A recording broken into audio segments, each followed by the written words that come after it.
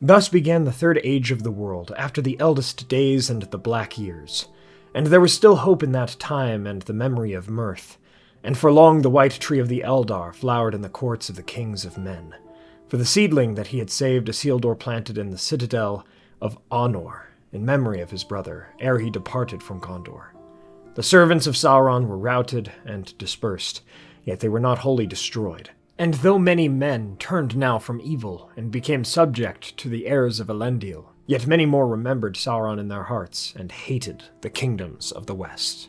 Hey everyone, Yoyston here, and I hope you all are doing well, wherever you are in Middle-earth. Happy New Year's and 9-year anniversary to the Men of the West channel and our community. Thank you all so much, my friends, for watching and supporting my work here on this channel. It is such a blessing in my life being able to discuss Middle-earth with you all, and to look forward to that every week, and to interact with so many amazing and wonderful people. Here's to many, many more years. Today I wanted to continue our discussions on how I would do shows set in different ages of Middle-earth.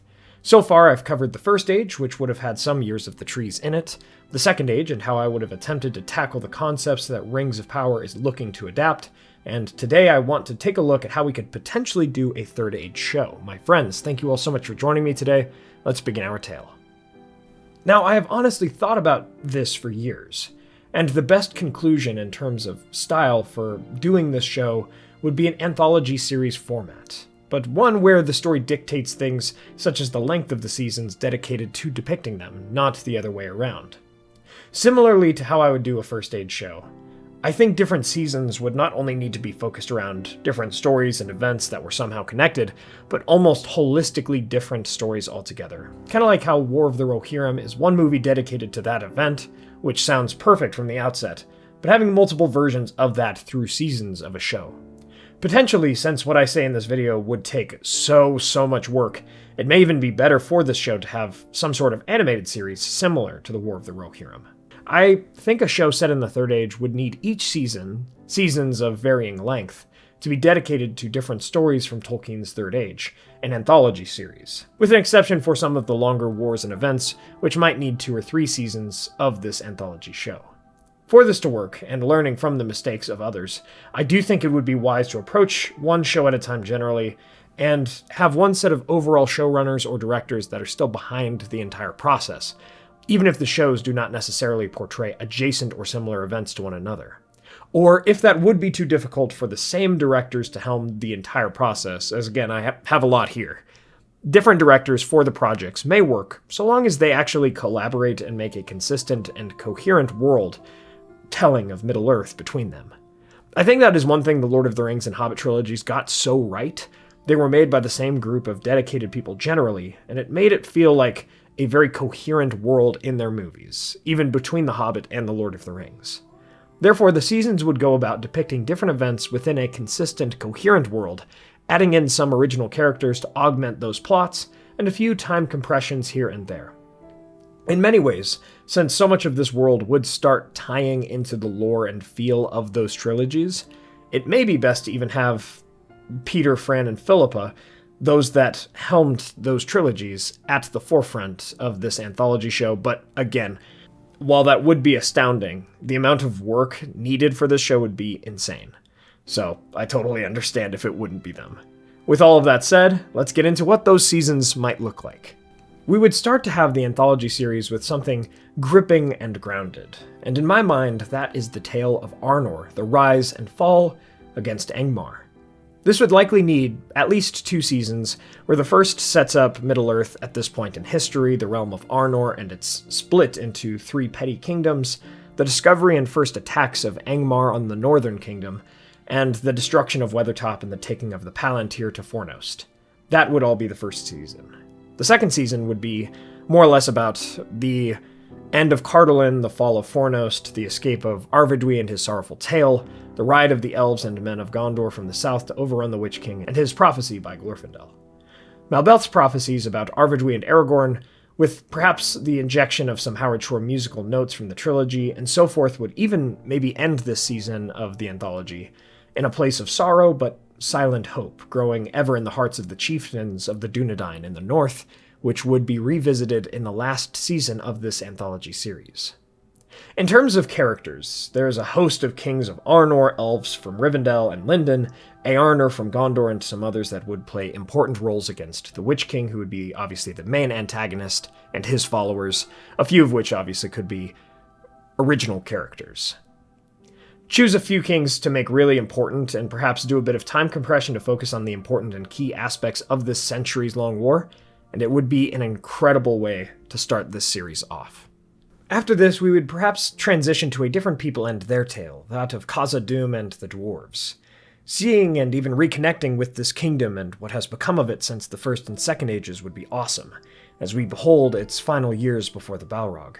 There is a lot of room in this tale especially to add original dwarven characters, and even elven characters, as the horror from the ancient world is awoken by those that delved too deep and greedily. There could even be a primary and secondary plot here, with the primary being the dwarven downfall and the secondary being the reaction from Lothlorien with the fleeing of Amroth and Nimrodel towards the sea and their tragic tale in the aftermath of the awakening of the Balrog. Seeing the fall of Khazad-dum into Moria, the end of Durin VI and his son Nain I would be filled with emotion and sorrow for the dwarves, leading to them anointing Erebor as the Longbeard capital. Perhaps there could be a second season with the dwarves who went to the Grey Mountains and fought with the dragons of the north as well afterwards, but it's not necessary. The main characters in the Fall of Moria would be Durin VI, Nain I, Nimrodel, Amroth, and some other original characters, as well as, of course, Durin's Bane. Following this, Gondor and the eventual creation of Rohan would need their time in the series, 3 seasons. The first season of this arc would need to go back some time to before Eärnur going to Arnor, so that we might see the Kinstrife, the Gondorian Civil War, and perhaps even before that to some of their fights against the Umbarians and the Easterlings. The Civil War would feature Eldacar and his close family and his rivalry with Castamir the Usurper, as well as some great fights going down in Osgiliath, the crossings of Irowi, and Pelargir. Season 2 of the Gondor plot would be the end of the line of kings, the war with the Wainrider Easterlings, Eärnil and his alliance with Arnor, Eärnur and the Witch King, and the beginning of the rule of the stewards after Eärnur rode to Minas Morgul. This could be a shorter season for sure, but still an important one in the history of Gondor. Season 3 would feature the Eotheid more than the Gondorians, perhaps even telling of Fram and Scatha the Dragon, Eorl the Young, the coming of his riders south to the field of Celebrant to save Gondor, and his oath and friendship with Cirion, with the establishment of Rohan. Depending on where the anthology series would go from here, there could be a great season or even special long episode about how the Shire was established by Marco and Blanco, the Followhide explorers, and the future dealings between the hobbits and the kings of Arnor. Perhaps with a time compression, there could even be some exploration of some of the battles that came to the Shire, such as the wolves or the goblins from Mount Graham, and Golfimble versus Bull Roarer. I'm not exactly sure what the best way to tell these events would be, but I think some Shire time in the show to depict its history would be great.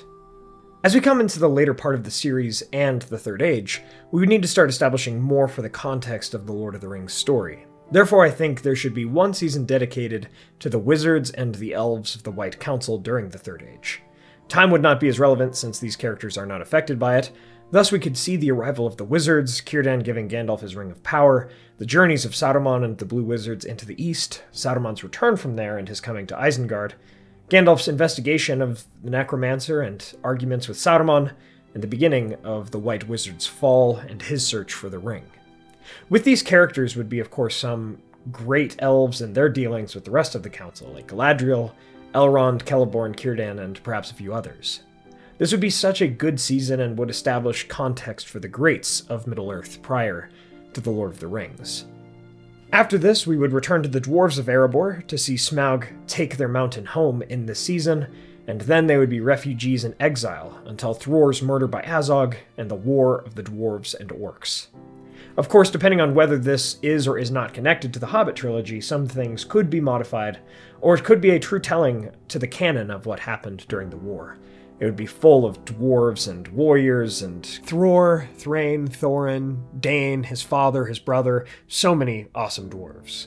Finally, I think the last season, potentially season 10 of the anthology at large, we would get Aragorn and Arwen's tale from their young days in Rivendell to either right before the Lord of the Rings or even after The Lord of the Rings, to their final fates and deaths. I think the tale of Aragorn would even tie the entire anthology series together, from the tales of Arnor and his lineage, to him being raised in Rivendell by Lord Elrond, to his journey through Moria at some point in time, to his battles in Rohan and Gondor, his engagement to Arwen and Lorien, and his hunt for Gollum and friendship with Gandalf. Beyond all of this, there could certainly be more seasons and other tales to tell, but this seems to me a great deal of lore and content already. With all of these seasons being made with the highest quality and care, a great deal of love, I think it would only augment everything that is Tolkien's works. The amount of context being available to watch and enjoy would be such a gift to the world, and would, again, augment The Lord of the Rings, but it really feels like asking for the moon. This would be so much work. But what do you all think? What would your ideal Third Age show look like? Would it be something like this, or would you change it? Let me know in the comments below. And so we come to the end of how I would do a Third Age pre-Lord of the Rings show. Thank you all so much for watching. I hope you all enjoyed this pitch for a crazy large anthology show. If you did, please be sure to hit that like button and share this with a friend. Let me know your thoughts in the comments below. I hope something like this comes to pass at some point in time. If you'd like to support the channel, please consider getting some candles from our friends Mythologie Candles, or order some Weta or United Cutlery Lord of the Rings swords, statues, and other replicas from Castle Kon, who does international shipping, and use the code WEST at checkout, and please check out our merch and Patreon. Thanks to our Valar tier patrons and YouTube members, Peter Sheppard, Merten, John Hume, Elizabeth Calvert, Maz Gibs, Rhys Jenkins, Arthur Merlin, Dale Davis, Kingswald Project, Theodore, Moon Viper, Andrew Carlisle, and Zoomi. Thank you so much to all of our patrons and YouTube members, and all of your support. I really appreciate it. Please subscribe and hit that bell button to join the Men of the West and all of the Free Peoples today. My friends, thank you so much for another incredible year and for joining me on this adventure and so many others. Until the next one.